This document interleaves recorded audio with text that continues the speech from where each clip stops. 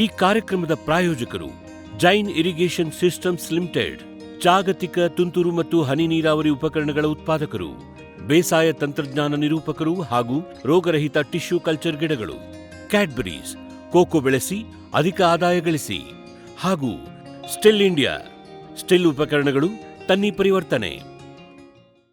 ವೀಕ್ಷಕರೇ ನಮಸ್ಕಾರ. ಇವತ್ತಿನ ಕೃಷಿ ಋಷಿಯ ಅಂಗಳದಲ್ಲಿನ ಕಾರ್ಯಕ್ರಮಕ್ಕೆ ತಮಗೆ ಸ್ವಾಗತ. ಇವತ್ತು ನಾವು ತಿಪಟೂರು ತಾಲೂಕಿನ ವಿಠಲಾಪುರ ಎಂಬ ಗ್ರಾಮದಲ್ಲಿದ್ದೇವೆ. ಅದರಲ್ಲೂ 12 ವರ್ಷಗಳಿಂದ ಒಂದು ದಾಳಿಂಬೆ ಕೃಷಿಯನ್ನು ಮಾಡ್ತಾ ಇರುವಂತಹ ನಮ್ಮ ರೈತರಾಗಿರುವಂಥ ಶ್ರೀಧರ್ ಪಿ ಅನ್ನೋರ ತೋಟದಲ್ಲಿದ್ದೇವೆ. ಬನ್ನಿ ಇವತ್ತಿನ ಕಂತಿನಲ್ಲಿ ಇವ್ರನ್ನ ಮಾತಾಡಿಸಿ ಇವರು ಯಾವ ರೀತಿ ಒಂದು ದಾಳಿಂಬೆ ತೋಟವನ್ನು ಮಾಡಿದ್ದಾರೆ. ಅದರಲ್ಲೂ ನಾವು ಇಲ್ಲಿ ಬಂದು ನೋಡಿದಾಗ ಇವರು ಹೊಸದಾಗಿ ದಾಳಿಂಬೆ ತೋಟ ಮಾಡಿದರು. ಏನಕ್ಕೆ ಈಗ ಹೊಸದಾಗಿ ಮಾಡಿದ್ರು? ಏನಾದರೂ ಬ್ಯಾಕ್ಟೀರಿಯಲ್ ವಿಲ್ಟು ಮತ್ತು ಬ್ಲೈಟ್ ಬಂದು ಏನಾದರೂ ಇವ್ರದ್ದೆಲ್ಲ ಹೋಗಿತ್ತಾ? ಅದ್ರ ಕುರಿತಾಗಿ ಇವರ ಅನುಭವ ಏನು, ಮತ್ತು ಇವ್ರದ್ದೆಲ್ಲ ಇದ್ರ ಜೊತೆಗೆ ಇನ್ನೆಲ್ಲ ಏನೇನು ಮಾಡ್ತಾ ಇದ್ದಾರೆ ಅನ್ನೋ ಎಲ್ಲ ಮಾಹಿತಿಗಳನ್ನು ಅವರಿಂದ ಕೇಳಿ ತಿಳಿದುಕೊಂಡು ಬರೋಣ. ಬನ್ನಿ ಸರ್. ನಮಸ್ಕಾರ ಸರ್. ನಮಸ್ತೆ ಸರ್. ಸರ್, ನಮ್ಮ ಫಾರಂ ಟಿವಿಯ ಕೃಷಿ ಋಷಿಯ ಅಂಗಳದಲ್ಲಿನ ಕಾರ್ಯಕ್ರಮಕ್ಕೆ ತಮಗೆ ಸ್ವಾಗತ ಸರ್. ಸರ್, ನಾವು ಕೃಷಿ ವಿಜ್ಞಾನ ಕೇಂದ್ರ ಕೊನೆಹಳ್ಳಿಗೆ ಹೋಗಿದ್ವಿ ಸರ್. ಅಲ್ಲಿನ ಹಿರಿಯ ವಿಜ್ಞಾನಿಗಳು ಹಾಗೂ ಮುಖ್ಯಸ್ಥರು ಆಗಿರುವಂತಹ ಡಾಕ್ಟರ್ ಗೋವಿಂದ ಗೌಡ ಅವರು ನಿಮ್ಮ ಸಂಪರ್ಕ ಕೊಟ್ಟರು ಸರ್. ನೀವು ಒಂದು ಅದ್ಭುತವಾದ ದಾಳಿಂಬೆ ಕೃಷಿಯನ್ನು ಮಾಡ್ತಾಯಿದ್ದೀರಿ ಅಂತ ಅವ್ರು ಹೇಳ್ತಾಯಿದ್ರು. ಹಾಗಾಗಿ ಇವತ್ತಿನ ಕಂತಿನಲ್ಲಿ ನಾವು ಒಂದು ದಾಳಿಂಬೆ ಕುರಿತು ಒಂದು ಮಾಹಿತಿಯನ್ನು ತಗೊಳ್ಳಿಕ್ಕೆ ನಿಮ್ಮ ಹತ್ರ ಬಂದಿದ್ದೀವಿ ಸರ್. ಸರ್, ಮೊದಲನೇದಾಗಿ ಕೇಳೋದಾದರೆ ನಿಮ್ಮ ಕೃಷಿ ಹಿನ್ನೆಲೆಯನ್ನು ಹೇಳ್ತೀರಾ ಸರ್ ನಮಗೆ? ಸರ್, ನಾನು 12 ವರ್ಷ ಆಯಿತು ಅಲ್ಲೇ ದಾಳಿಂಬೆ ಶುರು ಮಾಡಿ. Okay sir. ಫಸ್ಟು ನಂದು 30 ಗುಂಟೆಲಿ 300 ಗಿಡ ಹಾಕಿದ್ದೆ ನಾನು ದಾಳಿಂಬೆ. ಫಸ್ಟ್ ದಾಳಿಂಬೆ ಬೆಳೆಕಿನ ಮುಂಚೆ ಬೇರೆ ಬೆಳೆಗಳು ಬೆಳೀತಿದ್ರ ಹೆಂಗೆ ಸರ್? ಇದಕ್ಕಿಂತ ಮುಂಚೆ ನಾನು ಬೇರೆ ಬೆಳೆ ಯಾವುದೂ ಇಲ್ಲ, ಮೆಡಿಷನ್ ಸೌತೆ ಬೆಳೀತಾ ಇದ್ದೆ ಫಸ್ಟು. ಆಮೇಲೆ ಟೊಮಟೊ ಬೆಳೆದಿದ್ದೆ. ಬಟ್ ಅಷ್ಟೇ ನಾನು ಕೃಷಿಗೆ ಇನ್ವಾಲ್ವ್ ಆಗಿರಲಿಲ್ಲ. ಈಗ 2017ರಿಂದ ನಾನು 13ರಲ್ಲಿ ನಾನು 300 ಗಿಡ ಗೂಟಿ ತಂದು ದಾಳಿಂಬೆ ಹಾಕಿದ್ದೆ. ಒಟ್ಟು ಎಷ್ಟು ಎಕರೆ ಇದೆ ಸರ್ ನಿಮ್ಮ ಜಮೀನು? ಸರ್, ನಮ್ಮ ಟೋಟಲ್ ಒಂದು 12 ಎಕರೆ ಇದೆ. 12 ಎಕರೆ ಇದೆ. ಆ ಗೂಟಿ ಗಿಡ ಹಾಕಿದ್ದು ಫಸ್ಟ್ ಅವ ಟಿಶ್ಯೂ ಗಿಡ ಇರುತ್ತೆ. ದಾಳಿಂಬೆ ನಮಗೇನು ಗೊತ್ತಿರಲಿಲ್ಲ, ಅಡ್ವೈಸ್ ಮಾಡ್ತಾರೆ ಅಂತಲೂ ಸಹ ಗೊತ್ತಿರಲಿಲ್ಲ. ನಾವೇನೋ ಒಂದು ಬ್ಲೈಂಡಲ್ಲಿ ಯಾರೋ ಗಿಡ ದಾಳಿಂಬೆ ಬೆಳೀತಾರೆ, ನಾವು ಬೆಳಿಬೇಕು ಅಂತ ಗಿಡ ಹಾಕಿದ್ದು. ಆದರೂ ಒಂದು 2 ವರ್ಷ 3 ವರ್ಷ ನಾವು ಸ್ವಂತ ಬುದ್ಧಿವಂತಿಕೆಯಿಂದಲೇ ನಾವು ಬೆಳೀತಾ ಇದ್ದು. ತದನಂತರ ಅದರಲ್ಲಿ ಏನಾಯಿತು ಅಂದರೆ ಮತ್ತೆ ಅಂಥ ಬೆಳೆ ಬರ್ತಿರ್ಲಿಲ್ಲ. ಸಿಕ್ಕಾಬಟ್ಟೆ ಸ್ವಲ್ಪ ಈ ರೋಗಗಳು, ಫ್ರೂಟ್ ರಾಟ್ಗಳು, ಚುಕ್ಕಿ ರೋಗ ಬರ್ತಂಥದ್ದು ಈ ಥರ ಜಾಸ್ತಿ ಇದ್ದು ದಾಳಿಂಬೆಲಿ. 2015ರಲ್ಲಿ ಈ ಪ್ಲ್ಯಾಂಟಿಗೆ ಮತ್ತೆ 1000 ಗಿಡ ನಾವು ಹೊಸ ಪ್ಲ್ಯಾಂಟ್ ಮಾಡಿದ್ವಿ ದಾಳಿಂಬೆ. ಅವಾಗ ಏನು ಮಾಡಿದ್ವಿ, ಜೈನಲ್ಲಿ ಟಿಶ್ಯೂ ಕಲ್ಚರ್ ತಂದು ಗಿಡ ಹಾಕಿತ್ತು. ಅವಾಗಲೂ ಸಹ ಏನು ಅಂಥ ಅನುಭವ ಇಲ್ಲ, ಅದೇ ಮೆಥಡ್ ಮೇಲೆ ಬೆಳೀತಾ ಇದ್ದು. ಅಂದರೆ ಲಾಸ್ ಅಂತೂ ಮಾಡ್ಕೊಂಡಿಲ್ಲ, ನಮ್ಮ ಬುದ್ಧಿವಂತಿಕೆ ಮೇಲೆ ಏನೋ ಸ್ವಲ್ಪ ದುಡ್ಕೊತಾ ಇದ್ದು. 2019ರಲ್ಲಿ ಏನಾಯಿತು ಅಂದರೆ ಇಲ್ಲೇ ನಾವು ವಿಶ್ವಾಸದವರಿದ್ದಾರೆ, ಶಶಿಕಿರಣ್ ಡಾಕ್ಟರ್ ಅಂತ, ವೆಟರ್ನರಿ ಡಾಕ್ಟರ್. ಅವರ ಒಂದು ಸಲಹೆ ಮೇರೆಗೆ ಡಾಕ್ಟರ್ ಯೋಗೀಶ್ ಸರ್ ಅಂತ ಇದ್ದಾರೆ. ಸೊ ಅವರು ಹೊಸದುರ್ಗ ತಾಲೂಕು ಮಲ್ಲಪ್ಪನಹಳ್ಳಿ ಅವರು ತುಮಕೂರಲ್ಲಿ ವಾಸ ಇದ್ದಾರೆ. ಅವರು ದಾಳಿಂಬೆ ಕೃಷಿ ಬಗ್ಗೆ ಸಾಕಷ್ಟು ಅನುಭವ ಇದ್ದರು. ಅವರು ಅದ್ರ ಬಗ್ಗೆ ತಿಳ್ಕೊಂಡಿದ್ದರಿಂದ MSc ಅವರು ಆರ್ಟಿಕಲ್ಚರ್ ಓದಿರೋದ್ರಿಂದ ಅವರ ಒಂದು ಅಡ್ವೈಸ್ ಮೇಲೆ ನಾವು ಯಾವಾಗ ದಾಳಿಂಬೆ ಶುರು ಮಾಡಿವು ಇವತ್ತಿನವರೆಗೂ ನಮ್ಗೆ ಯಾವತ್ತೂ ಸಹ ಲಾಸ್ ಆಗಿಲ್ಲ ದಾಳಿಂಬೆ. ನಾನು ಬರೀ 300 ಗಿಡದಲ್ಲಿ ಒಂದು ಸಲ 20 ಲಕ್ಷ ಹಣ ತೆಗೆದುಕೊಂಡಿದ್ದೀನಿ. ಓಕೆ, 300 ಗಿಡದಲ್ಲೇ ಟೋಟಲಿ 1000 ಎಲ್ಲ ಸೇರಿ ನಾನು ಹೆಚ್ಚು ಕಮ್ಮಿ ಒಂದು 46 ಲಕ್ಷ ಅಮೌಂಟ್ ಆಗಿತ್ತು ಒಂದು ಸಲ, 2ರಿಂದ ಸೇರಿ. ಇದು ಆವಾಗ ಏನಾಯ್ತು ಅಂದರೆ ನಮ್ಮ ಮೆಥಡ್ ಸರಿ ಇಲ್ದಲೇ ಗೊತ್ತಿಲ್ಲದೆ ನಾವೇ ರೋಗ ತಂದ್ಕೊಂಡು, ಹಂಗಾಗಿ ಇದು ಅಂಗಮಾರಿ ರೋಗ ಅಂತಾರೆ ಕನ್ನಡದಲ್ಲಿ, ಬ್ಯಾಕ್ಟೀರಿಯಲ್ ಬ್ಲೈಟ್ ಬಂದು ಈ ಗಿಡ ಹೋಯಿತು. ಮತ್ತು ಆ ಗಿಡನೇ ಮುಂದುವರಿಸಿವು, ಅದರಲ್ಲೂ ನಮಗೆ ಲಾಭ ಕೊಡ್ತು. ಅದು ಒಟ್ಟು 10 ವರ್ಷ ತೋಟದಲ್ಲಿ ನಾವು ಲಾಭ ತಗೊಂಡಿದ್ವಿ 300 ಗಿಡದಲ್ಲಿ. ಇದು ಆಯಿತು. ಮತ್ತು ನಮ್ಮ ಯೋಗೀಶ್ ಡಾಕ್ಟರ್ ಇನ್ನೊಂದು ತೋಟ ಕೊಡಿಸಿರು, 12 ಎಕರೆ ತೋಟ ಅಂತ ಇರೋಂಥ ಲೀಸ್ ಕೊಡಿಸಿದ್ರು, ಇಲ್ಲೇ ನಾಗ್ತಿಯಲ್ಲಿ ಹತ್ರ, ಕೊನೆಯಲ್ಲಿ ಬಿದ್ರೆಗುಡಿ ಹತ್ರ. ಅದರಲ್ಲೂ ನಾವು 3 ವರ್ಷ ಕ್ರಾಪ್ ಮಾಡಿವು. ಅದರಲ್ಲೂ ಹೆಚ್ಚಿಗೆ 1 ವರ್ಷ ನಮಗೆ 1 ಕೋಟಿ ಆಯಿತು. ಓಕೆ, ಹೋದ ವರ್ಷನೂ ಈ ವರ್ಷ ಜಾಸ್ತಿನೇ ಆಗಬೇಕಾಗಿತ್ತು. ಅದಕ್ಕಿಂತ ಆಲಿಕಲ್ ಬಿದ್ದು ಗಿಡದಲ್ಲಿ ವಿಲ್ಟಿಂಗ್ ಜಾಸ್ತಿ ಆಯಿತು. ಹಂಗಾಗಿ ಗಿಡ ಒಣಗಿ ಸೊರಗು ರೋಗ ಅಂತಾರಲ್ಲ, ಸೊರಗು ರೋಗ ಬಂದು ಗಿಡಗಳು ಸಿಕ್ಕಾಬಟ್ಟೆ ಹೋದು, ಆಲಿಕಲ್ ಬಿದ್ದು, ಆಮೇಲೆ ಬ್ಯಾಕ್ಟೀರಿಯಲ್ ಬ್ಲೈಟ್ ಜಾಸ್ತಿ ಆಯಿತು. ಹಂಗಾಗಿ ಬಟ್ ಲಾಸ್ ಆಗಲಿಲ್ಲ, ಸ್ವಲ್ಪ ಆದಾಯ ಆಯಿತು. ಇನ್ನು ಮುಂದೆ ಮುಂದುವರ್ಸೋಕ್ಕಲ್ಲ ಅಂತ ಆ ತೋಟವನ್ನು ಕೈ ಬಿಟ್ಟಿದ್ದೀವಿ. ಓಕೆ ಸರ್, ಈಗ ಹಾಗಾಗಿ ನೀವು ಒಂದು 15 ವರ್ಷಗಳಿಂದ ಹೆಚ್ಚು ಕಡಿಮೆ ಹೆಚ್ಚು ಕಮ್ಮಿ 12 ವರ್ಷ ಇಲ್ಲಿಗೆ ನಾವು ದಾಳಿಂಬೆ ಶುರು ಮಾಡಿದ್ವಿ. ಹೌದು ಸರ್. ಈಗ ನೀವು ದಾಳಿಂಬೆನೇ ಏನಕ್ಕೆ ಬೆಳಿಬೇಕು ಅಂತ ಅಂದ್ಕೊಂಡ್ರಿ ಸರ್? ಸಾಕಷ್ಟು ಬೆಳೆಗಳಿದ್ವು ಎಲ್ಲ ಅಂತ. ಸರ್, ದಾಳಿಂಬೆ ಯಾಕೆ ಬೆಳಿಬೇಕು ಅಂದ್ರೆ, ದಾಳಿಂಬೆ ಅಂದರೆ ಜಾಸ್ತಿ ಹಣ ಗಳಿಸ್ಬೇಕು ಅಂದ್ರೆ ದಾಳಿಂಬೆನೇ ಬೆಳಿಬೇಕು. ನಿಮಗೆ ಯಾವುದೇ ಬೆಳೆಯಲ್ಲಿ ಈ ಥರ ಹಣ ನಿಮಗೆ ಗಳಿಸೋಕ್ಕೆ ಸಾಧ್ಯನೇ ಇಲ್ಲ. ಓಕೆ, ನಿಮಗೆ ಯಾವುದೇ ಬೇರೆ ತರಕಾರಿ ಬೆಳಿಬೋದು, ಇನ್ನೊಂದು ರೇಷ್ಮೆ ಮಾಡ್ಬೋದು, ಬೇರೆ ಬೆಳೆ ಬೇಕಾದಷ್ಟು ಇರ್ಬೋದು ಸರ್. ದಾಳಿಂಬೆ ತಂದಷ್ಟು ದುಡ್ಡನ್ನು ಬೇರೆ ಯಾವ ಬೆಳೆನೂ ಸಹ ತರಕ್ಕೆ ಸಾಧ್ಯ. ಓಕೆ, ನಮ್ಮ ಅನುಭವ. ಓಕೆ, ನೀವು ಅನುಭವದಲ್ಲಿ ಆ ರೀತಿ ಬೇರೆ ಏನೋ ಅನುಭವ ನಮಗೆ ಗೊತ್ತಿಲ್ಲ ಸರ್ ಅದು. ಹಾಂ ಸರ್, ಈಗ ಮೊದಲು ನೀವು ಬೆಳಿಬೇಕಾದ್ರೆ ನೀವು ಹೇಳಿದ್ರಿ ಸ್ವಂತದ್ದು ನಿಮ್ಮದೇ ಆದ ಒಂದು ಮಾಹಿತಿಯಲ್ಲಿ ಬೆಳೆದ್ರಿ ಅಂತ. ಇನ್ನೂ ಯಾವ ರೀತಿ ಒಂದು ಮಾಹಿತಿಯನ್ನು ತೊಗೊತಾ ಹೋದ್ರಿ ಸರ್? ಯಾವ ರೀತಿ ಮಾಹಿತಿಗಳನ್ನು ಸಂಗ್ರಹಣೆ ಮಾಡ್ತಾ ಹೋದ್ರಿ ಒಂದೊಂದಾಗಿ? ಸರ್, ನಾವು ಸ್ವಂತ ಬೆಳಿಬೇಕಾದ್ರೆ ಫಸ್ಟ್ ನಮಗೆ ಅಷ್ಟು ಐಡಿಯಾ ಇರಲಿಲ್ಲ. ಅಂದರೆ ನಾವು ಏನೋ ಮೆಡಿಸಿನ್ಸ್ ಹೋಗ್ತಾ ಇದ್ದೆ, ಒಂಚೂರು ಟೆಕ್ನಿಕಲ್ ಔಷಧಿಗಳು ಗೊತ್ತಿತ್ತು, ಇನ್ನೊಂದು ಮತ್ತೊಂದು ಮಾಡ್ಕೊಂಡು ಏನೋ ಒಂದು ಅನುಭವದಲ್ಲಿ ಮಾಡ್ತಾಯಿದ್ದು. ನಮ್ಮ ಯೋಗೀಶ್ ಡಾಕ್ಟ್ರು ಬಂದಮೇಲೆ ಅವರು ಟೆಕ್ನಿಕಲಾಗಿ ಬೆಳೆಸಿರು. ಯಾವ ಟೈಮಿಗೆ ಬಿಡಬೇಕು, ನಮಗೆ ಫಸ್ಟ್ ಯಾವಾಗ ಇತ್ರಲ್ಲಿ ಹೊಡಿಬೇಕು ಅಂತ ಗೊತ್ತಿರಲಿಲ್ಲ ನಮಗೆ. ಓಕೆ, ನಾವು ಯಾವಾಗಲೂ ಇತ್ರಲ್ಲಿ ಹೋಗೋವು. ಈಗ ಆ್ಯಕ್ಚುಲಿ ಈಗ ಇತ್ರಲ್ಲಿ ಹೋಗೋ ಅಂಥ ಟೈಮೇ ಅಲ್ಲ, ನಾವು ಈಗ ಇತ್ರಲ್ಲಿ ಹೋಗಿದ್ದೀವಿ. ಈಗ ಅಂಥ ಸೀಸನ್ನೆಲ್ಲ ನಮ್ಮ ಡಾಕ್ಟ್ರು ಬಂದಮೇಲೆ ತಪ್ಪಿಸಿರು. ಅವ್ರು ಬಂದು ನೀವು ಯಾವತ್ತೇ ಇತ್ರಲ್ಲಿ ಮಾಡೋದಾದರೆ ಫೆಬ್ರವರಿ, ಮಾರ್ಚ್, ಏಪ್ರಿಲ್ ಒಳಗೆ ಇತ್ರಲ್ಲಿ ಮುಗಿಸ್ಬೇಕು, ಮಾರ್ಚ್ ಮೇಲೆ ಹೋಗಲೇಬಾರ್ದು, ಮಾರ್ಚ್ ಒಳಗೆ ಹೊಡಿಬೇಕು ಅಂತ ಈ ಥರ ಎಲ್ಲ ಹೇಳ್ಕೊಟ್ರು. ಅವ್ರು ಏನು ಹೇಳ್ಕೊಡ್ತಾರೆ, ಅವ್ರು ಏನು ಬರೆದಿರ್ತಾರೆ ಅಷ್ಟು ಮಾತ್ರ ಮಾಡ್ತಾಬೋದು. ಅದರಲ್ಲಿ ಸಾಕಷ್ಟು ಸಕ್ಸಸ್ ಕಂಡಿದ್ದೀವಿ ನಾವು ಅಂತಲ್ಲ, ಅವ್ರ ಕೆಳಗೆ ಒಂದು 400-500 ಜನ ಸಕ್ಸಸ್ ಕಂಡಿದ್ದಾರೆ. ಓಕೆ ಸರ್, ಈಗ ನೀವು ಇದ್ರ ಜೊತೆಗೆ ಬೇರೆ ಬೆಳೆಗಳು ಯಾವ್ಯಾವ ಬೆಳಿತಿದ್ರಿ ಸರ್? ಸರ್, ಇಲ್ಲಿ ತನಕ ಬಾಳೆ ಹಾಕಿದ್ದು ನಾವು, ಟೊಮೊಟೊ ಬೆಳೆದಿದ್ದೀವಿ. ಅದೆಲ್ಲ ಅಂದರೆ ಟೊಮೊಟೊ ಎಲ್ಲ 10 ವರ್ಷ ಹಿಂದೆ ಬೆಳೆದಿದ್ದು ಬಿಟ್ಟಿದ್ದೀವಿ. ಇತ್ತೀಚೆಗೆ ಈಗ ಸರ್ ಇದನ್ನು ಕಿತ್ತಾಗ ಕಲ್ಲಂಗಡಿ ಹಾಕ್ಸಿದ್ದೆ ಮತ್ತೆ ಇದರಲ್ಲಿ. ಬಟ್ ಅವಾಗ ಕರೋನಾ ಇತ್ತು, ರೇಟ್ ಸಿಗಲಿಲ್ಲ. ಹಂಗಾಗಿ ಏನು ಒಂದು 50 ಟನ್ ಬಂದಿತ್ತು ಇದರಲ್ಲಿ. 2.5 ಎಕರೆ 50 ಟನ್ 60 ಟನ್ ಕಲ್ಲಂಗಡಿ ಬೆಳೆದಿದ್ದು ನಾವು. ಅದು ರೇಟ್ ಸಿಗಲಿಲ್ಲ, ಆಮೇಲೆ ಲಾಸ್ ಏನಾಗಲಿಲ್ಲ, ನಾವು ಹಾಕಿದ ದುಡ್ಡು ಬಂತು, ಒಂದು ಸ್ವಲ್ಪ ಏನೋ ಬಂತು. ಬಟ್ ಈಗ ನೆಕ್ಸ್ಟು ಕಲ್ಲಂಗಡಿ ಹಾಕ್ಸಿದ್ದೀನಿ ಸರ್, ಬಾಳೆ ಹಾಕ್ಸಿದ್ದೀನಿ. ಈ ವರ್ಷ ಶುಂಠಿ ಆಗಬೇಕು ಅಂತ ರೆಡಿ ಪ್ಲ್ಯಾನ್ ಮಾಡ್ಕೊಂಡಿದ್ದೀನಿ ಸರ್. ಈಗ ಇದಕ್ಕೆ ದಾಳಿಂಬೆಗೆ ಹೋಲಿಸಿದ್ರೆ ಸರ್, ನೀವು ಇಷ್ಟೆಲ್ಲ ಬೆಳೆಗಳನ್ನು ಬೆಳೆದಿದ್ದೀರಲ್ಲ, ದುಡ್ಡಿನ ವಿಷಯದಲ್ಲಿ ಓಕೆ ಸರ್, ದಾಳಿಂಬೆಲ್ಲೇ ಬರುತ್ತೆ. ಬಟ್ ಮ್ಯಾನೇಜ್ಮೆಂಟ್ ದೃಷ್ಟಿಯಿಂದ ಯಾವುದು ಹೇಗೆ ಅಂತ? ಸರ್, ಕೃಷಿ ಅಂತಂದರೆ ಎಲ್ಲದೂ ಟಫೇ, ಒಂದು ಸ್ವಲ್ಪ ಸುಲಭಕ್ಕಂತೂ ಆಗಲ್ಲ. ನಾವು ಕೃಷಿ ಮಾಡಬೇಕು ಅಂದರೆ ಫಸ್ಟು ತಾಳ್ಮೆ ಇರಬೇಕು, ಒಂದು ತಾಳ್ಮೆನೇ ಇರಬೇಕು, ಜೊತೆಗೆ ಅದ್ರ ಮೇಲೆ ತಿಳ್ಕೊಂಡು ಇರಬೇಕು. ಟೆಕ್ನಿಕಲಾಗಿ ಇವತ್ತು ಹೋಗಲಿಲ್ಲ ನಾವು ಯಾವ ಬೆಳೆನೂ ಸಹ ಬೆಳೆಯೋಕ್ಕೆ ಸಾಧ್ಯ ಇಲ್ಲ. ಒಬ್ಬರು ಅಡ್ವೈಸರು ಇಲ್ಲ ಅಂದರೆ ಆ ಬೆಳೆ ಇವತ್ತು ಸಕ್ಸಸ್ ಸಾಧ್ಯನೇ ಇಲ್ಲ. ಓಕೆ, ಒಂದು ಇವತ್ತು ಕೃಷಿ ಮಾಡಬೇಕು ಅಂದರೆ ಭಾಳ ತಾಳ್ಮೆಲೆ, ಆಮೇಲೆ ಹಣನೂ ಬೇಕು ಸರ್, ಬಜೆಟು ಬೇಕು. ಬಜೆಟ್ ಇಲ್ಲದೆ ಕೃಷಿ ಮಾಡೋಕ್ಕೆ ಸಾಧ್ಯನೇ ಇಲ್ಲ. ಆಮೇಲೆ ಆ ಬಜೆಟ್ ಹಾಕಿರ್ತೀವಿ, ಅದ್ರ ತಕ್ಕನಾಗೆ ನಾವು ಜವಾಬ್ದಾರಿ ಮಾಡಿದರೆ ಮಾತ್ರ ಕೃಷಿ ಸಕ್ಸಸ್ ಸಾಧ್ಯ. ಎಲ್ಲರೂ ಒಂದು ಬೆಳೆ ನಾವು ಕಳ್ಕೊಂಡು ಅಂದರೆ ಮತ್ತೆ ಲೈಫ್ ಟೈಮ್ ಒಂದು ಬೆಳೆಯೋಕ್ಕೆ ಹೋಗಲ್ಲ. ಇನ್ನು ಆ ಥರ ಸಮಸ್ಯೆ ಎದುರಿಸಬೇಕಾಗತ್ತೆ. ಯಾವುದೇ ಒಂದು ಬೆಳೆಯೋದಾದರೂ ಜವಾಬ್ದಾರಿಯಾಗಿ ನಾವು ಮುಂದೆ ಎದುರು ನಿಂತ್ಕೊಂಡು ಮಾಡಿದಾಗಲೇ ಒಂದು ಬೆಳೆ ಸಕ್ಸಸ್. ಹೌದೌದು. Okay sir. ಮೇಘಾ ಅಗ್ರೋಟೆಕ್, ನೀರುಳಿತಾಯದ ಜಾಣ ಮಾರ್ಗ. ವಿದ್ಯುತ್ ಕಣ್ಣಾಮುಚ್ಚಾಲೆಗೆ ಪರಿಹಾರ ಮೇಘಾ ಸೋಲಾರ್ ಪಂಪ್ ಸೆಟ್. ನಿಖರ ಹನಿ ನೀರಾವರಿಗೆ Megha drip, sprinkler, rain gun. Drip irrigation ಮತ್ತು ಫರ್ಟಿಗೇಷನ್ ಆಟೋಮೇಷನ್ಗೆ ಡ್ರಿಪ್ ಸ್ಮಾರ್ಟ್. 30 ವರ್ಷಗಳ ನಿರಂತರ ಸೇವೆ, ಲಕ್ಷಾಂತರ ಸಂತೃಪ್ತ ಗ್ರಾಹಕರು. ಮೇಘಾ ಅಗ್ರೋಟೆಕ್.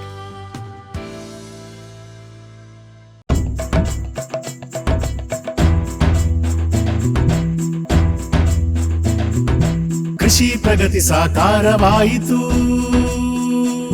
ಸ್ಟಿಲ್ ತಂತ್ರಜ್ಞಾನದಿ ಸಾಧ್ಯವಾಯಿತು, ಬದಲಾವಣೆಗೆ ಕಾಲ ಕೂಡಿ ಬಂತು.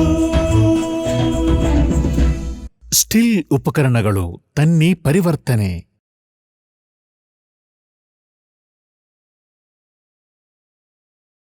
ಕ್ಯಾಪ್ಸ್ಬರ್ ಅಗ್ರಿ ಸೈನ್ಸ್, ICAR ಕೃಷಿ ವಿಜ್ಞಾನ ಸಂಸ್ಥೆಗಳ ಸೂಕ್ಷ್ಮ ಪೋಷಕಾಂಶ ಮಿಶ್ರಣಗಳು. IISR pepper special, ginger rich, ಕಾರ್ಬಮ್ special, IIHR banana special, mango special, citrus special ಮತ್ತು ವೆಜಿಟೇಬಲ್ ಸ್ಪೆಷಲ್.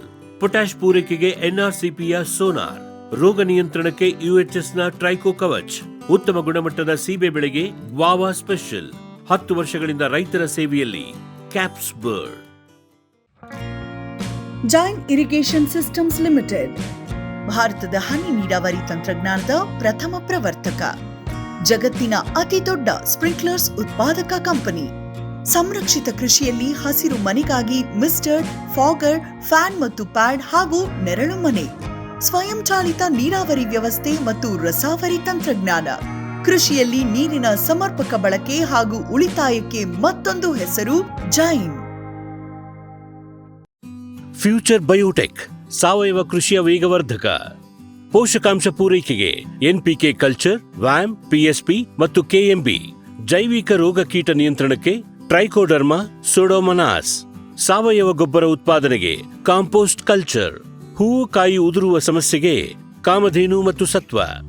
ಮಣ್ಣಿನ ಆರೋಗ್ಯ ವೃದ್ಧಿಗೆ ಫ್ಯೂಚರ್ ಬಯೋಟೆಕ್, ಧಾರವಾಡ.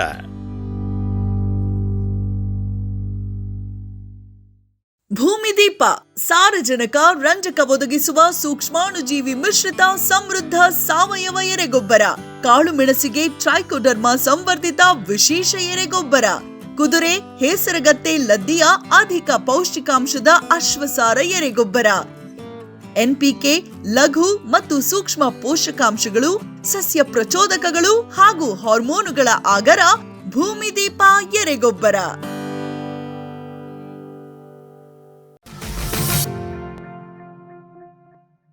ಸರ್, ಈಗ ಇದಕ್ಕೆ ಒಂದು ಸೂಕ್ತವಾದ ಮಣ್ಣು ಹವಾಗುಣ ಯಾವುದು ಅಂತ ಹೇಳ್ತಾರೆ, ಹೇಗಿರ್ಬೇಕು ಅಂತ? ಸರ್, ಇದಕ್ಕೆ ಮಣ್ಣು ಯಾವ ಮಣ್ಣಾದರೂ ಏನು ತೊಂದರೆ ಇಲ್ಲ. ಅದು ನೀರು ನಿಲ್ಬಾರ್ದು, ಮಳೆ ಬಂದಷ್ಟೇ ಸರ್. ಓಕೆ. ಆ ನೀರು ನಿಲ್ಲ ಅಂತ ಕೆಲಸ ಆಗಬಾರ್ದು ಜಾಸ್ತಿ. ಆಮೇಲೆ ಜೋಗ ಗೊತ್ತೈತೆ ಗೊತ್ತಾ ಸರ್, ಮಳೆ ಜಾಸ್ತಿ ಬಂದಾಗ ನೀರರಿ ಅಂತ ನೆಲೆಗಳು ಆಗಬಾರ್ದು. ಕಲ್ನೆಲ್ಲ ಆಗಲಿ ಇನ್ನೊಂದಾಗಲಿ ಎಲ್ಲದೂ ಸಹ ಆಗುತ್ತೆ. ನೀರು ನಿಲ್ಬಾರ್ದು, ನೀರು ನಿಲ್ಬಾರ್ದು ಅಷ್ಟೇ ಸರ್. ನಿಮ್ಮ ಭೂಮಿ ಯಾವ ರೀತಿ ಇದೆ ಸರ್? ಸರ್, ನಮ್ಮದು ಕೆಂಪು ಆಮೇಲೆ ಕಲ್ಲು ಮಿಕ್ಸ್ ಜಾಸ್ತಿ ಸರ್. ನಮ್ಮೂರಲ್ಲೆಲ್ಲ ಈ ನಮ್ಮ ತಿಪ್ಟೂರು ತಾಲೂಕಲ್ಲಿ ಹೆಚ್ಚಿಗೆ ಕಲ್ಲಿರೋಂಥ ಜಾಗನೇ ಜಾಸ್ತಿ. ಓಕೆ. ಅಂಥ ಜಾಗ ಕಡಿಮೆ. ಇಲ್ಲಿ ಕಲ್ಲು, ಈ ಚಟ್ಟು ಮಣ್ಣು ಅಂತಾರಲ್ಲ ಆ ಥರ ನೆಲೆಗಳೇ ಜಾಸ್ತಿ ಇಲ್ಲಿ ಸಿಗ್ತದೆ. ಕಲ್ಜರುಗು ಮಣ್ಣು ಅಂತ ಆ ಥರನೇ ಸಿಗ್ತಾ ಇದೆ. ಇದಕ್ಕೆ ಈ ತಳಿನೇ ಇದೆಯಾ, ಈ ತಳಿನೇ ಮಾಡ್ಬೇಕಂತ ಏನಾದರೂ? ಸರ್, ದಾಳಿಂಬ್ರೆಲಿ ಹೆಚ್ಚಿಗೆ ಇಲ್ಲಿನ ತನಕ ಭಗವಾನೇ ಬೆಳೀತಾ ಇರೋದು ಜಾಸ್ತಿ. ಓಕೆ. ಭಗವಾ ಜಾಸ್ತಿ ಬೆಳೀತಾ ಇದ್ದಾರೆ. ಈ ಜೈನಲ್ಲಿ ಭಗವಾ ಕೊಡ್ತಾರೆ. ಆದರೆ ನಮ್ಮ ಡಾಕ್ಟ್ರು ಜಾಸ್ತಿ ಅಡ್ವೈಸ್ ಮಾಡ್ತಕ್ಕಂಥ ABC ಹೇಳ್ತಾ ಇದ್ದಾರೆ, ನಮ್ಮ ಯೋಗೀಶ್ ಡಾಕ್ಟರು. ಆ ABC ಬೆಳೆ ನೋಡ್ತಾ ಇದ್ರೆ ಜೈನ್ಗೂ ಅದಕ್ಕೂ ನೋಡ್ತಾ ಇದ್ರೆ, ಬಟ್ ಬೇರೆ ಕಡೆ ಎಲ್ಲ ಈಲ್ಡ್ ಬಂದಿರೋದು, ಕ್ವಾಲಿಟಿ ಬಂದಿರೋದೆಲ್ಲ ನೋಡಿದರೆ ABCನೇ ತುಂಬ ಚೆನ್ನಾಗಿದೆ ಅನಿಸುತ್ತೆ. ಅದು ABCದು ಸೂಪರ್ ಭಗವಾ. ಅದೊಂದು ವೆರೈಟಿ ಅಷ್ಟೇ, ತುಂಬ ಚೆನ್ನಾಗಿದೆ. ಸಕ್ಸಸ್ ಕಂಡಿದ್ದಾರೆ. ನಾವು ಇವತ್ತು ಅದನ್ನೇ ABC ಕಂಪ್ನಿದೇ ಸೂಪರ್ ಭಗವಾನೇ ಹಾಕಿದ್ದೀವಿ ಸರ್. ಸರ್, ಈಗ ಇದಕ್ಕೆ ಈ ತಳಿದು ಏನು ಸ್ಪೆಷಾಲಿಟಿ ಇದೆ ಸರ್? ಏನು ಗುಣಲಕ್ಷಣ ಸರ್? ಈಗ ABC ಆಮೇಲೆ ಜೈನ್ ಇದಕ್ಕೆ ಅಂದರೆ ಗುಣಲಕ್ಷಣ ಅಂದರೆ ಸರ್ ವೆರೈಟಿ ಅಷ್ಟೇ ಇದೆ. ಅದರಲ್ಲಿ ಒಂದು ಬೇರೆ ವೆರೈಟಿ ತಗೊಂಡಿದ್ದಾರೆ. ಎರಡೂ ಒಂದೇ. ಈಗ ಕಲರ್ ಆಗಿರ್ಬೋದು, ಕೆಂಪು. ಸರ್, ಇದರಲ್ಲಿ ABCಲಿ ಏನಾಗಿದೆ ಅಂದರೆ ಅದಕ್ಕಿಂತ ಕ್ವಾಲಿಟಿ ತುಂಬ ಚೆನ್ನಾಗಿ ಬರ್ತಾ ಇದೆ ಜೈನಿಗಿಂತ. ನೋಡೋದಕ್ಕೆ ಕ್ವಾಲಿಟಿ ತುಂಬ ಚೆನ್ನಾಗಿರುತ್ತೆ. ಒಳ್ಳೆ ಚೆನ್ನಾಗೂ ಬರ್ತಾ ಇದೆ, ಶೈನಿಂಗ್ ಇದೆ, ಚೆನ್ನಾಗಿ ಲೋಡು ಬರ್ತಾ ಇದೆ ಗಿಡದಲ್ಲಿ. ಚೆನ್ನಾಗಿದೆ ಸರ್. ಸರ್, ಈಗ ಒಳಗಿನ ಕಾಯಿಗಳು ಕೂಡ ಅಷ್ಟು ಕೆಂಪು ಬರುತ್ತಾ? ಬರುತ್ತೆ ಸರ್, ಏನು ತೊಂದರೆ ಇಲ್ಲ, ಚೆನ್ನಾಗಿ ಬರುತ್ತೆ ಸರ್. ಪೂರ್ತಿ ಕೆಂಪು ಬರುತ್ತೆ. Size sir? ಸೈಜು ಚೆನ್ನಾಗಿ ಬರುತ್ತೆ ಸರ್. ನಾವು 500-600 ಗ್ರಾಮ್ ತನಕ ತೆಗೆದಿದ್ದೀವಿ ನಾವು. ಓಕೆ. ಒಂದು 600 ಗ್ರಾಮ್ 700 ಗ್ರಾಮ್ ತಗೊಳ್ಳೂ ನಾವು ಕುಯ್ದಿದ್ದೀವಿ. ಹೌದು ಸರ್. ಅದು ಡಿಪೆಂಡ್ ಅಪ್ಪ ನಾವು ಮಾಡ್ತಕ್ಕಂಥ ಕೆಲಸ ಕಾರ್ಯದ ಮೇಲೆ, ನಾವು ಕೊಡ್ತಕ್ಕಂಥ ಇದ್ರ ಮೇಲೆ ಅವೆಲ್ಲ ಬರುತ್ತೆ. ಅದೆಲ್ಲ ಡಿಪೆಂಡ್ ಆಗುತ್ತೆ ಸರ್. ಸರ್, ಈಗ ಇದೆಲ್ಲ ಮಾಡಬೇಕಾದ್ರೆ ಒಂದು ಭೂಮಿ ಸಿದ್ಧತೆನೇ ಯಾವ ರೀತಿ ಮಾಡ್ಕೊಂಡ್ರೆ ಸರ್? ಸರ್, ಈ ಭೂಮಿ ಸಿದ್ಧತೆ ಅಂದರೆ ಇದನ್ನು ಹೆಚ್ಚಿಗೆ ನಾವು ಮಾಮೂಲಿ ಏನು ಉಕ್ಕೆ ಹೊಡಿತೀವಿ ಹೊಲಗಳಲ್ಲಿ ರಾಗಿ ಹಾಕೋದಕ್ಕೆ ಆ ಥರ ಉಕ್ಕೆ ಹೊಡ್ಕೊಂಡಿದ್ದೀವಿ, ಕುಂಟೆ ಹಾಕೊಂಡಿದ್ದೀವಿ. ನಾವು ಹಿಂದೆಲ್ಲ ಫಸ್ಟು 10-10ಕ್ಕೆ ಹಾಕ್ತಿದ್ದು. ದಾಳಿಂಬೆ ನಮಗೆ ಎಷ್ಟು ಅಡಿಗೆ ಹಾಕ್ಬೇಕು ಅಂತಲೂ ಸಹ ಐಡಿಯಾ ಇರಲಿಲ್ಲ ಹಿಂದೆಲ್ಲ. ಅದು 2012-13 ಆಮೇಲೆ ಯೋಗೇಶ್ ಡಾಕ್ಟ್ರ್ ಬಂದಮೇಲೆ ಈಗೆಲ್ಲ ಈ ದಾಳಿಗಳು ಹೆಂಗೆ ಸರ್ 14-10 ಹಾಕ್ಸಿದ್ದಾರೆ. ಓಕೆ. ಗಿಡದಿಂದ ಗಿಡಕ್ಕೆ 10 ಅಂತರ 14, ಸಾಲಿಂದ ಸಾಲಿಗೆ 14. ನಾವು ಗಿಡದಿಂದ ಗಿಡಕ್ಕೆ 10 ಹಾಕ್ಸಿದ್ವಿ, ಸಾಲಿಂದ ಸಾಲಿಗೆ 14 ಗಿಡ, 14 ಅಡಿ ಹಾಕ್ಸಿದ್ದಾರೆ ನಮ್ಮ ಡಾಕ್ಟ್ರು. ನೀವು ಜಾಗ ಇತ್ತು ಅಂದ್ರೆ 15 ಅಡಿನೂ ಮಾಡ್ಕೊಳ್ಳಿ ಅಂತ ಹೇಳಿದ್ದಾರೆ. ಎಷ್ಟು ದೂರ ಇರುತ್ತೆ ಅಷ್ಟೇ ಬೆಳೆ ನೀಟಾಗಿ ಬರುತ್ತೆ ಅಂತ ಅವ್ರು ಹೇಳ್ತಾರೆ. ಅಂದರೆ ಗಾಳಿ ಬೆಳಕು ಚೆನ್ನಾಗಿ ಆಡಿ ಸ್ವಲ್ಪ ಸರ್, ಮೇಜರ್ ಇದರಲ್ಲಿ ದಾಳಿಂಬೆಲೆ 50% ಗಾಳಿ ಬೆಳಕು ಚೆನ್ನಾಗಿ ಆಡ್ತಂದ್ರೆ ಬೆಳೆ ಅರ್ಧ ಬಂತು ಅಂತ. ಓಕೆ. ಇನ್ನು ಅರ್ಧ ನಾವು ಕೆಲಸ ಮಾಡಿದಾಗ ಬರುತ್ತೆ ಅಂತ. ಸರ್, ಈಗ ಎಲ್ಲ ನೀವು ಬೆಡ್ ಮಾಡಿ ನಾಟಿ ಮಾಡಿರೋದ ಅಥವಾ? ಸರ್, ಇಲ್ಲ, ನಾವು ಫಸ್ಟು ಅಳತೆ ಮಾಡಿ ಏನು ಮಾಡಿದ್ವಿ, ಡಿಗ್ಗರಲ್ಲಿ ಹೊಡಿಸಿದ್ವು. ಈ ಡಿಗ್ಗರಲ್ಲಿ ಹೊಡಿಸಿ ಅದಕ್ಕೆ ಗೊಬ್ಬರ ಎಲ್ಲ ಹಾಕಿ, ಆಮೇಲೆ ಟ್ರೈಕೋಡರ್ಮಾ, ಸೂಡೋಮೋನಾಸ್ ಅವೆಲ್ಲ ಹಾಕಿ ಒಂದು 15 ದಿನ ಆದಮೇಲೆ ಅದಕ್ಕೆ ನಮ್ಮ ಡಾಕ್ಟ್ರು ಏನೇನು ಶೆಡ್ಯೂಲ್ ಬರ್ಕೊಟ್ಟಿರ್ತಾರೆ ಅದೇ ಥರ ಮೇಂಟೈನ್ ಮಾಡಿ ತುಂಬಿ 15 ದಿನ ಆದಮೇಲೆ ಗಿಡ ಹಾಕಿದ್ದು. ಆಮೇಲೆ ಬರ್ತಾ ಪ್ರೂನಿಂಗ್ ಮಾಡ್ಕೊಂಡಂಗೆ ಗೊಬ್ಬರ ಹಾಕೋದು, ಮಣ್ಣು ಏರ್ಸೋದು ಇವೆಲ್ಲ ಮಾಡ್ಕೊಂಬಂದಿದ್ವಿ. ಅವ್ರು ನಮ್ಮ ಡಾಕ್ಟ್ರು ಬೇಕು ಅಂದರೆ ಏರ್ ಮಣಿ ಸಹ ಮಾಡ್ಕೊಳ್ಳಿ ಇನ್ಮೇಲೆ ಅಂತಲೂ ಸಹ ಹೇಳಿದ್ದಾರೆ. ಅದು ಮಾಡ್ಕೊಂಡ್ರೆ ಅವ್ರು ಇಷ್ಟ ಅದು ಅಂತ. ಹೌದು. ಸರ್, ಈಗ ನೀವು ತಂದಿರೋದು ಗೂಟಿನ ಅಥವಾ ಟಿಶ್ಯೂ ಕಲ್ಚರ? ಸರ್, ನಾವು ಈಗ ಎಲ್ಲ ಟಿಶ್ಯೂನೇ ಸರ್. ನಾವು ಟಿಶ್ಯೂ ಬಿಟ್ಟು ಇವತ್ತು ಯಾವುದು ಸಹ ಹಾಕಲ್ಲ. ಓಕೆ. ಸರ್, ನೀವು ಮೊದಲು ತಂದಾಗ ಗೂಟಿ ತೊಗೊಂಬಂದಿದ್ರೆ ಟಿಶ್ಯೂದು? ಸರ್, ಫಸ್ಟು ನಾನು 2013 ತಂದಾಗ ನಾನು ಗೂಟಿನೇ ತಂದಿದ್ದೆ. ನಿಮಗೆ ಅದಕ್ಕೆ ಮತ್ತು ಟಿಶ್ಯೂ ಕಲ್ಚರಿಗೆ ಹೋಲಿಸಿದ್ರೆ ಹೆಂಗೆ ಅನ್ಸುತ್ತೆ ಸರ್? ಏನು ವ್ಯತ್ಯಾಸ ಕಂಡು? ಸರ್, ಅದು ಚೆನ್ನಾಗಿ ಬಂತು, ನಾನು ಇಲ್ಲ ಅಂತ ಹೇಳ್ತಲ್ಲ.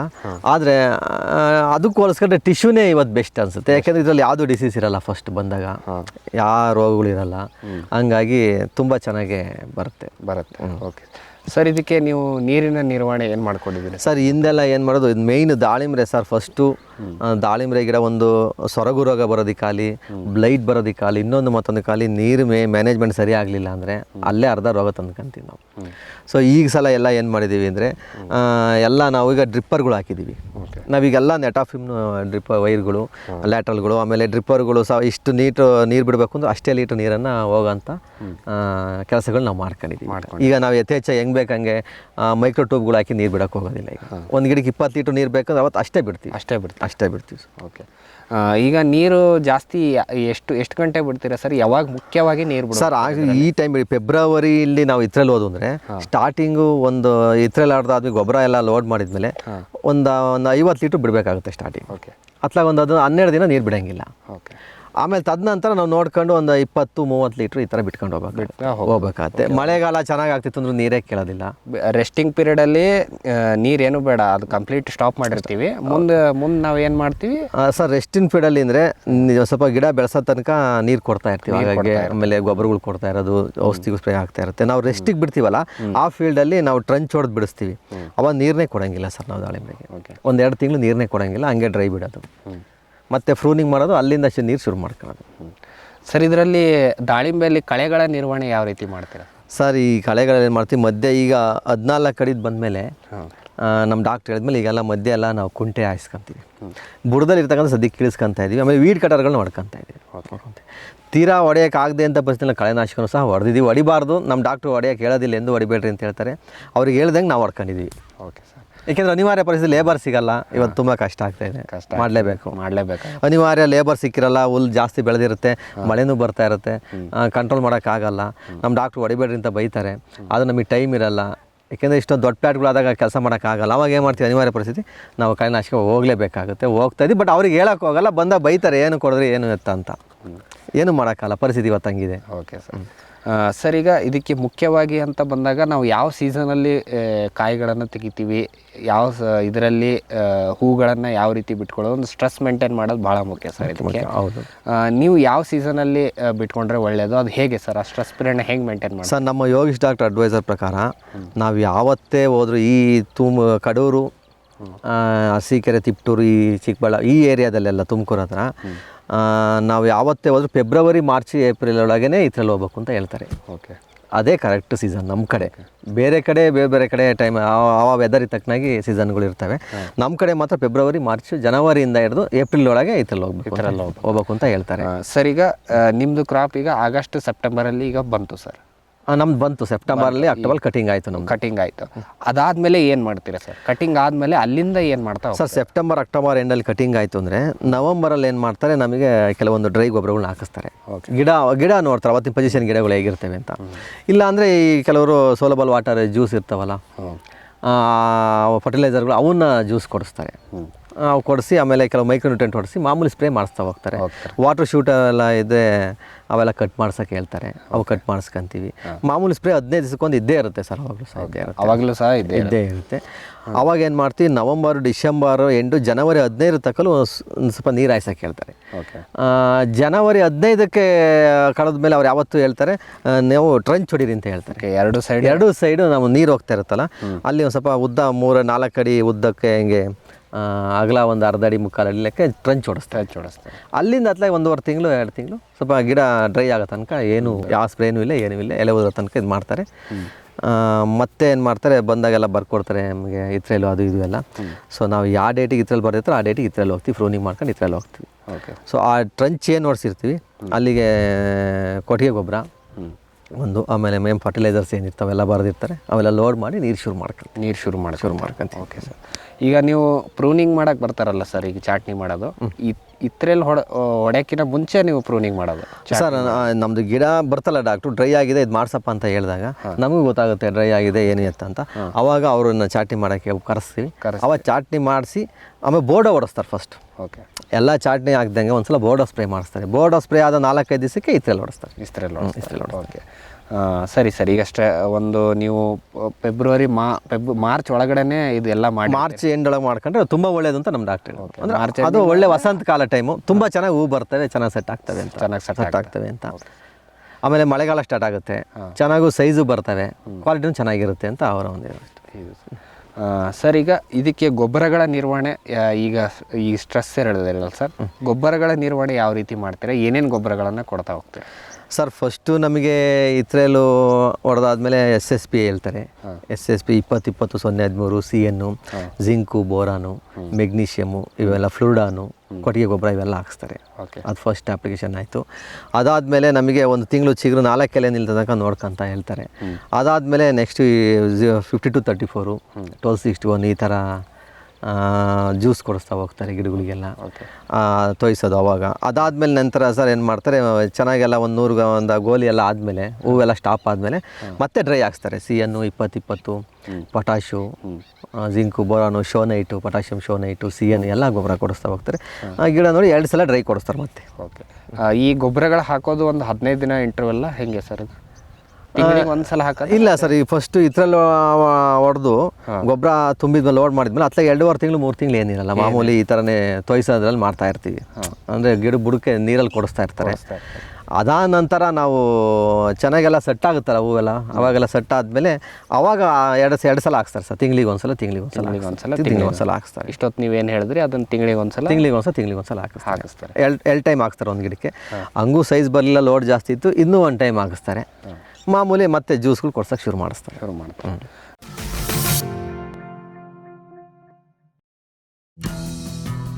ಜೈನ್ಸ್ ಜಗತ್ತಿನ ಅತಿದೊಡ್ಡ ಅಂಗಾಂಶ ಕೃಷಿ ಪ್ರಯೋಗಾಲಯ ಹಾಗೂ ಟಿಸಿ ಗಿಡಗಳ ಉತ್ಪಾದಕರು. ಸಮೃದ್ಧ ಇಳುವರಿಗೆ ಜೈನ್ ಜೀನೇನ್, ಯಾಲಕ್ಕಿ, ನೇಂದ್ರನ್ ಹಾಗೂ ಕೆಂಪು ಬಾಳೆ ಸಸಿಗಳು, ದಾಳಿಂಬೆ, ಭಗವತಳಿಯ ರೋಗಮುಕ್ತ ಸಸಿಗಳು, ಲಕ್ನೋ 49 ಪೇರಳೆ, ಸ್ಟ್ರಾಬೆರಿ ಇತ್ಯಾದಿ ಗಿಡಗಳು ಯೋಗ್ಯ ಬೆಲೆಯಲ್ಲಿ. ಅಂಗಾಂಶ ಕೃಷಿಯ ಜಾಗತಿಕ ಬ್ರ್ಯಾಂಡ್ ಜೈನ್. ಕ್ಯಾಡ್ಬರಿ ಚಾಕೊಲೇಟಿನ ಮೂಲ ಅಂಶ ಕೋಕೋ. ನಿಮ್ಮ ಆದಾಯ ದ್ವಿಗುಣಕ್ಕೆ ಕೋಕೋ ಒಂದು ಉತ್ತಮ ಬೆಳೆ. ಅಂತರ ಬೆಳೆ, ಏಕ ಬೆಳೆಯಾಗಿ ಕರ್ನಾಟಕದೆಲ್ಲೆಡೆ ಕೋಕೋ ಬೆಳೆಯಬಹುದು. ಹೈಬ್ರಿಡ್ F1 ಗಿಡಗಳ ಪೂರೈಕೆ ಮತ್ತು ಕೋಕೋ ಬೀಜ ಖರೀದಿ ಕ್ಯಾಡ್ಬರಿಯಿಂದ. ಲಕ್ಷಾಂತರ ಎಕರೆ ಬೆಳೆ ವಿಸ್ತರಣೆಗೆ ಇದೇ ಅವಕಾಶ. ಈ ಸದಾವಕಾಶವನ್ನ ಸದ್ಬಳಕೆ ಮಾಡಿಕೊಳ್ಳಿ. ವಿಶ್ವದಾದ್ಯಂತ ಪೇಟೆಂಟ್ ಪಡೆದ ನ್ಯಾನೋ ತಂತ್ರಜ್ಞಾನದಲ್ಲಿ ತಯಾರಾದ ನೂವಾಲ್ಗಿ ದ್ರಾವಣ. ನೂವಾಲ್ಗಿ ಉಪಯೋಗಿಸಿದ ಮೇಲೆ ತುಂಬಾ ಇಳುವರಿನೂ ಬಂದಿದೆ. ಕಾಳು ಮೆಣಸಿಗಂತೂ ಬಹಳ ಚೆನ್ನಾಗಿ ಬರುತ್ತೆ. ರೇಷ್ಮೆ ಎಲೆನೂ ಚೆನ್ನಾಗಿ ಬರ್ತದೆ. ಗಿಡಗಳು ತುಂಬಾ ಚೆನ್ನಾಗಿ ಬೆಳವಣಿಗೆ ಆಯಿತು. ಯಾವುದೇ ರಾಸಾಯನಿಕ ಅಥವಾ ವಿಶೇಷ ಗೊಬ್ಬರಗಳ ಗೊಡವೆ ಇಲ್ಲದೆ ಎಲ್ಲ ಬೆಳೆಗಳಲ್ಲಿ ಉತ್ತಮ ಗುಣಮಟ್ಟದ ಅಧಿಕ ಫಸಲನ್ನು ಪಡೆಯಿರಿ.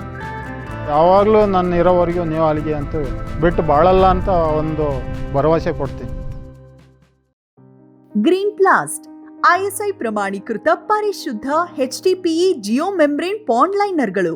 ಕೃಷಿ ಹೊಂಡ, ಕೆರೆ, ಕಾಲುವೆ, ಮೀನುಕೊಳ, ಸ್ಪಿರುಲಿನಾ ಹೊಂಡಗಳಿಗೆ ಬೇಕಾದ ಆಕಾರ ಮತ್ತು ವಿಸ್ತೀರ್ಣಗಳಲ್ಲಿ ಸರ್ಕಾರದ ಸಬ್ಸಿಡಿ ಯೋಜನೆಯಡಿ ಲಭ್ಯ. 100% ಪುನರ್ಬಳಕೆ, UV ಮತ್ತು ಒಡಕು ನಿರೋಧಕ, ಪಕ್ಕಾ ಜೋಡಣೆ, 5 ವರ್ಷಗಳ ಲಿಖಿತ ವಾರಂಟಿ. ಗ್ರೀನ್ ಪ್ಲಾಸ್ಟ್.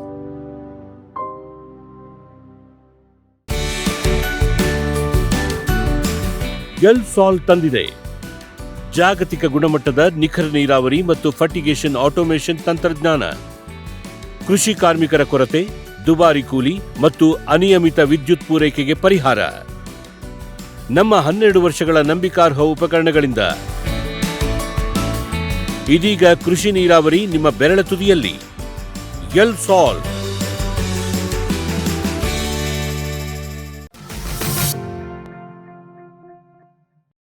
ಸರ್, ಇದರಲ್ಲಿ ಮುಖ್ಯವಾಗಿ ರೋಗ ಕೀಟಗಳ ಸಮಸ್ಯೆ ಯಾವುದು ಜಾಸ್ತಿ ಸರ್?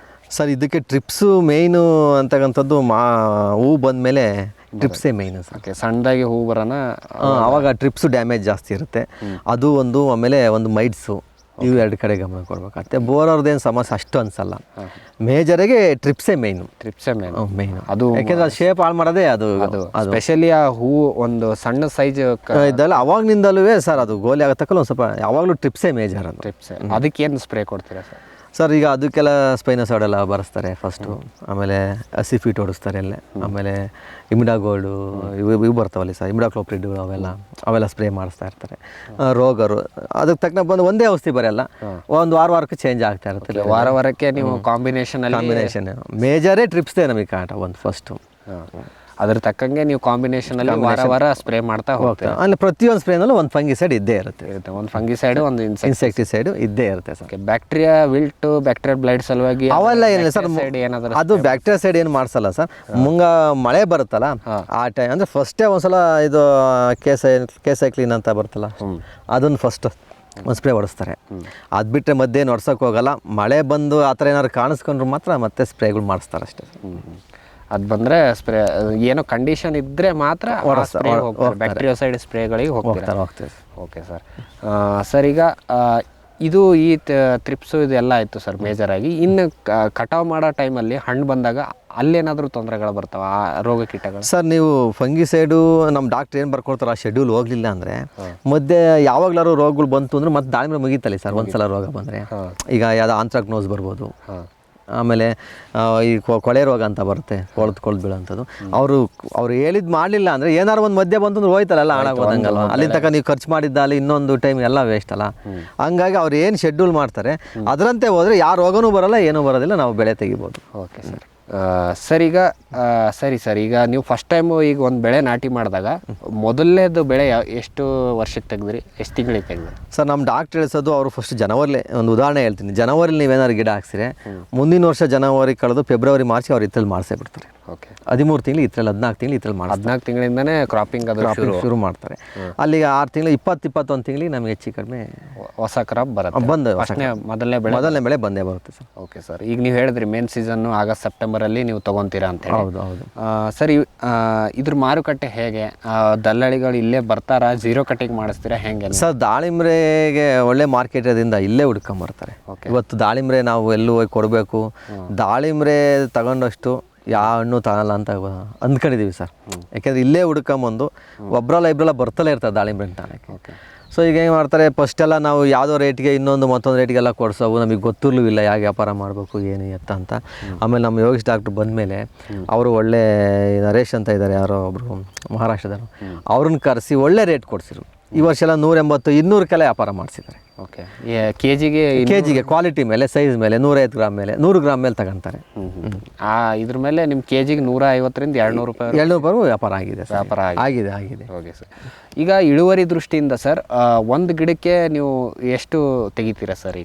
ಈಗ ಸದ್ಯದ ಗಿಡ ಇದು ಹೇಳಿದ್ರೆ ಸರ್, ಈಗ ಇರ್ತಕ್ಕಂಥ ಕ್ರಾಪ್ ನೋಡಿದ್ರೆ ಒಂದು ಬಾಕ್ಸಿಗೆ ಏನು ತೊಂದರೆ ಇಲ್ಲ, ನಂದು 10 kg ಏನು ತೊಂದರೆ ಇಲ್ಲ. 10 kg ಯಾಕೆಂದರೆ ಫಸ್ಟ್ನೇ ಬೆಳೆ ಇದು ಮುಂದಕ್ಕೆ ಯೋಚನೆ ಮಾಡಬಾರ್ದು ನಾವು, ಯಾಕೆಂದ್ರೆ ಇನ್ನು ಫಸ್ಟ್ ಬಿಡ ಅಲ್ವಾ. ಹಂಗೆ 10 kg ಬರುತ್ತೆ, ಏನು ತೊಂದರೆ ಇಲ್ಲ. ನಾವು ಹಳೆ ತೋಟ ಇತ್ತಲ್ಲ ಲೀಸ್ ಮಾಡ್ಕೊಂಡಿದ್ವಲ್ಲ, ಅದರಲ್ಲಿ 10 ಬಾಕ್ಸ್ ಸಹ ತೆಗೆದಿದ್ದೀವಿ. ನಂದ್ರಲ್ಲಿ 12 ಬಾಕ್ಸ್ ಸಹ ಬಂದಿದೆ. ಈ ಸಲ ನಂದು 80-90 ಗಿಡ ಇತ್ತು, 8 ಲಕ್ಷ ರೂಪಾಯಿ ಆಗಿತ್ತು. 40ರಿಂದ ಒಂದು 80 kg ವರೆಗೂ ಬಂದಿದೆ. ನಾನು ಹೇಳ್ತೀನಿ ಸರ್, 90 ಗಿಡ ಈ ಸಲ ಇದ್ದಿದ್ದು 8 ಲಕ್ಷ ರೂಪಾಯಿ ಹಣ ಆಗಿತ್ತು. ಅಲ್ಲಿ 10 kg 11 10 ಎಷ್ಟು 100 kg ತನಕ ಬಂದಿದೆ ಗಿಡ, 100-120 kg ತನಕ ಹಣ್ಣು ಬಂದಿದೆ. ಸರ್, ಈಗ ಸದ್ಯಕ್ಕೆ ಇದು ಎಷ್ಟು ಎಕರೆಯಲ್ಲಿ ಎಷ್ಟು ಗಿಡಗಳಿಗೆ ಕುದುರಿಸಿದ್ರೆ ಸರ್? ಇದು 900 ಗಿಡ ಇದೆ. ಇದು 3 ಎಕರೆ ಇದೆ ಸರ್. 3.5 ಎಕರೆ ಇದೆ. 3.5 ಎಕರೆಯಲ್ಲಿ 900 ಗಿಡ ಇದೆ ಸರ್. ಓಕೆ, ಈಗ ಮೊದಲನೇ ಬೆಳೆ ತೆಗಿತಿದ್ದೀರಾ? ಇದು ಮೊದಲನೇ ಬೆಳೆ ತೆಗಿತಾ ಇದ್ದೀವಿ ಸರ್. ಇಲ್ಲಿವರೆಗೂ ಎಷ್ಟು ಖರ್ಚು ಬಂದಿದೆ ಸರ್ ಇದಕ್ಕೆ? ಸರ್, ಇಲ್ಲಿನ ತನಕ ನಂದು ಹೆಚ್ಚು ಕಮ್ಮಿ ಒಂದು 5-6 ಲಕ್ಷ ಖರ್ಚಾಗಿದೆ. ಓಕೆ, ಸಸಿದು ಬೆಲೆ ಹಿಡಿದು ಡ್ರಿಪ್ಪು ಅದು ಪೈಪ್ಲೈನ್ ಕೆಲಸ, ಆಳು ಕೂಲಿ ಇವೆಲ್ಲ ಸೇರಿ ಒಂದು 5-6 ಲಕ್ಷ ಖರ್ಚಾಗಿದೆ. 8 ಲಕ್ಷ ಅಂತೂ ಆಗುತ್ತೆ ಸರ್ ಹಣ್ಣು ತೆಗಿಯೋದ್ರೊಳಗೆ. ಇದು ಏನು ಪ್ರಾಬ್ಲಮ್ ಆಯಿತು ಅಂದರೆ, ಮಳೆ ಹೋದ ವರ್ಷ ಜಾಸ್ತಿ ಆಗಿ ನನಗೆ ಗಿಡಗಳು ಬೇರೆ ಹೋದ್ವಲ್ಲಿ ಸರ್, ನನಗೆ ಅಲ್ಲಿ ಸಮಸ್ಯೆ ಆಗಿದೆ. ಸರ್, ಇದರಿಂದ ಎಷ್ಟು ಆದಾಯವನ್ನು ನೀವು ಎಕ್ಸ್ಪೆಕ್ಟ್ ಮಾಡ್ಬೋದು ಸರ್? ಯಾಕಂದರೆ ಈ ಸಲ ನೀವು ಹೇಳಿದ್ರಿ ಆಫ್ ಸೀಸನಲ್ಲಿ ಸ್ವಲ್ಪ ಬಿಡಬಾರ್ದಾಯ್ತು, ಹೋಗಿದ್ದೀವಿ, ಅದು ಅನಿವಾರ್ಯ ಪರಿಸ್ಥಿತಿ. ಇವತ್ತು ನಮ್ಮ ಗಿಡದ ಪರಿಸ್ಥಿತಿ ನೋಡ್ಕೊಂಡು ಹೋಗ್ಬಿಟ್ರೆ, ಬಟ್ ಈಗೇನು ಹೋಗಂಗಿಲ್ಲ. ನೆಕ್ಸ್ಟು ನನಗೆ ಇದರಲ್ಲಿ ಹೋಗಿ ತೊಂದರೆ ಆದರೂ ಆಗ್ಬೋದು. ಯಾಕೆಂದರೆ ಇದು ಬರೋದೇ ಮಾರ್ಚು ಏಪ್ರಿಲ್ ಆಗಿಬಿಡುತ್ತೆ. ಆಮೇಲೆ ಅಷ್ಟೊಳಗಲೆ ಮಳೆಗೆಲ್ಲ ಸ್ಟಾರ್ಟ್ ಆಯಿತು ಅಂದ್ರೆ ನಾನು ಮತ್ತೆ ಇದರಲ್ಲಿ ಹೋಗೋಕ್ಕೆ ಸಾಧ್ಯನೇ ಇಲ್ಲ. ಆ ಥರ ಸಮಸ್ಯೆ ಆಗುತ್ತೆ. ಸರ್, ಈಗೊಂದು 8 ಲಕ್ಷ, ಒಂದು 3 ಎಕರೆಗೆ ನೀವು 8 ಲಕ್ಷ ಹಾಕಿ ಎಷ್ಟು ತೆಗಿಬೋದು ಸರ್ ಆದಾಯ? ಸರ್, 3ಕ್ಕೆ 8 ಲಕ್ಷ ಹಾಕಿ ನೀವು 16 ಲಕ್ಷ ತೆಗಿಬೋದು ಕರೆಕ್ಟಾಗಿ ಮಾಡಿದರೆ. 1 to double ತೆಗಿಬೋದು, ಫಸ್ಟೇ ಬೆಳೆ ತೆಗಿಬೋದು. ಓಕೆ, ಕರೆಕ್ಟಾಗಿ ಮಾಡಿದ್ರೆ ಪಕ್ಕ ತೆಗಿಬೋದು. ಪಕ್ಕ 16 ಲಕ್ಷ ಫಸ್ಟೇ ಬರುತ್ತೆ ಸರ್. ಅದನ್ನು ಕರೆಕ್ಟಾಗಿ ಮಾಡಿದರೆ 900 ಗಿಡಕ್ಕೆ ಒಂದು 9 ಲಕ್ಷನೇ ಖರ್ಚಾಗುತ್ತೆ ಅಂದ್ಕೊಳ್ಳಿ. 2ನೇ ವರ್ಷಕ್ಕೆ ಅವನು ಹಣ್ಣಿಗೆ ಬಂದಾಗ 18 ಲಕ್ಷ ಆಗುತ್ತೆ. ಆರಾಮಾಗಿ ಆಗುತ್ತೆ. Okay sir.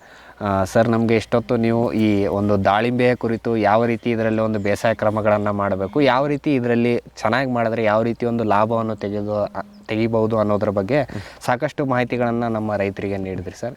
ಹಾಗಾಗಿ ನಮ್ಮ ರೈತರ ವತಿಯಿಂದ ಹಾಗೂ ನಮ್ಮ ವಾಹಿನಿಯ ವತಿಯಿಂದ ತಮಗೆ ತುಂಬ ಹೃದಯದ ಧನ್ಯವಾದ. ವೀಕ್ಷಕರೇ, ಇಷ್ಟೊತ್ತು ನಮಗೆ ಶ್ರೀಧರ್ ಪಿ ಅವರು ಹೇಳ್ತಾ ಇದ್ರು, ಈ ದಾಳಿಂಬೆಯಲ್ಲಿ ಒಂದು ಸರಿಯಾದ ಬೇಸಾಯ ಕ್ರಮಗಳನ್ನು ಅನುಸರಿಸಬೇಕು, ಅದಲ್ಲದೆ ಸಮಯಕ್ಕೆ ತಕ್ಕಂಗೆ ಇದನ್ನು ಸ್ಪ್ರೇಗಳನ್ನು ಕೊಡಲೇಬೇಕು. ಯಾವುದೇ ರೀತಿಯ ಒಂದು ನಾಳೆ ಮಾಡಿದ್ರಾಯ್ತು, ನಾಳೆ ಅಚ್ಚೆನಾಡು ಮಾಡಿದ್ರಾಯ್ತು, ಆ ರೀತಿ ಅಂಥದ್ದೆಲ್ಲ ಮಾಡೋಕ್ಕೆ ಹೋಗ್ಬಾರ್ದು. ಏನು ರೆಕಮೆಂಡ್ ಮಾಡಿರ್ತಾರೆ ವೈಜ್ಞಾನಿಕವಾಗಿ ಏನೆಲ್ಲ ಮಾಡ್ಬೋದು ಅದನ್ನೆಲ್ಲ ಕರೆಕ್ಟಾಗಿ ಮಾಡಿದ್ರೆ ಇದರಲ್ಲಿ 1 to 2 ಒಂದು ಆದಾಯವನ್ನು ಗಳಿಸ್ಬೋದು ಅನ್ನೋದ್ರ ಬಗ್ಗೆ ಸಾಕಷ್ಟು ಮಾಹಿತಿಗಳನ್ನು ನಮಗೆ ನೀಡಿದರು. ಹಾಗಾಗಿ ಇಷ್ಟೊತ್ತು ಮಾಹಿತಿ ಕೊಟ್ಟಿದ್ದಕ್ಕೆ ಅವರಿಗೆ ಧನ್ಯವಾದಗಳನ್ನು ತಿಳಿಸುತ್ತಾ ಇವತ್ತಿನ ಕೃಷಿ ಋಷಿಯ ಅಂಗಳದಲ್ಲಿನ ಒಂದು ಕಾರ್ಯಕ್ರಮವನ್ನು ಇಲ್ಲಿಗೆ ಮುಗಿಸ್ತಾ ಇದ್ದೀವಿ. ನಮಸ್ಕಾರಗಳು.